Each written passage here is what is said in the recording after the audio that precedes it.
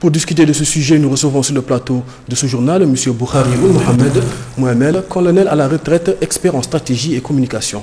Merci de répondre à cette invitation, M. Boukhari. Merci à vous. Que vous inspirent les propos d'Aboul Hammam?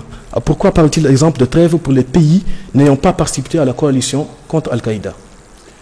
Ces propos m'inspirent, contrairement à cette assurance qu'ils semblent fournir, moi, ces propos m'inspirent beaucoup de craintes. Je vois que c'est un message, d'abord de communication.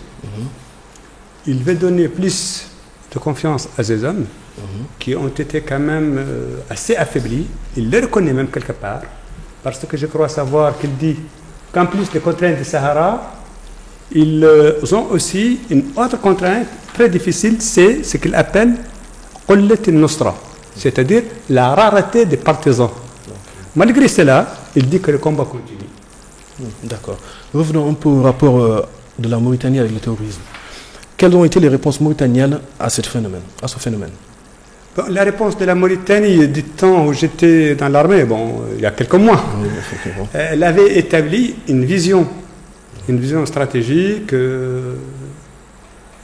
dans sa forme publique. Elle s'adresse à tout le monde. Donc, on peut en parler. Il s'agit d'un document d'une quarantaine de pages. Vous voyez, je crois que je l'ai ici. C'est celui-là. Je ne sais pas si le caméraman peut le prendre.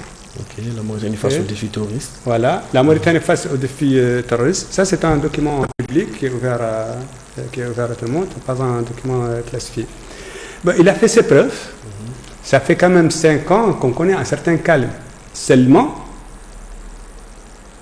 tout projet sécuritaire répond à 2 principes. 1, il est par nature inachevé.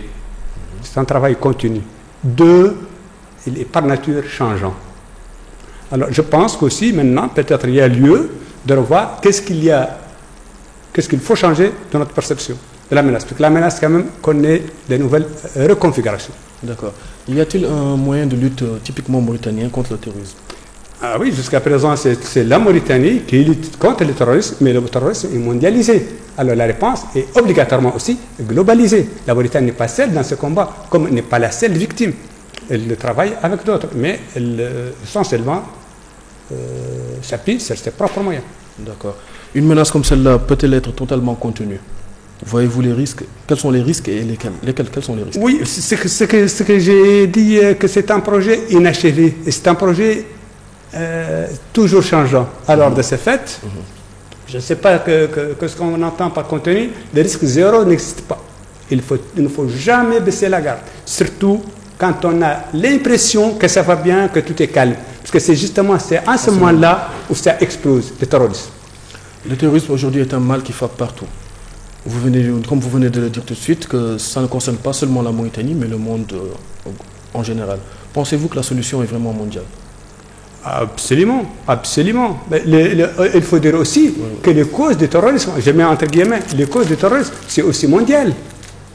Il faut lutter contre la pauvreté, il faut régler les problèmes mondiaux, les défis mondiaux, les crises mondiales qui alimentent le terrorisme, comme le problème palestinien, comme l'islamophobie, comme la xénophobie, etc., etc. Tant que ce sont un peu des problèmes sur lesquels se nourrit ce terrorisme, ils sont mondiaux, la réponse est obligatoirement mondiale aussi. Merci, M. Boukhari, pour votre intervention.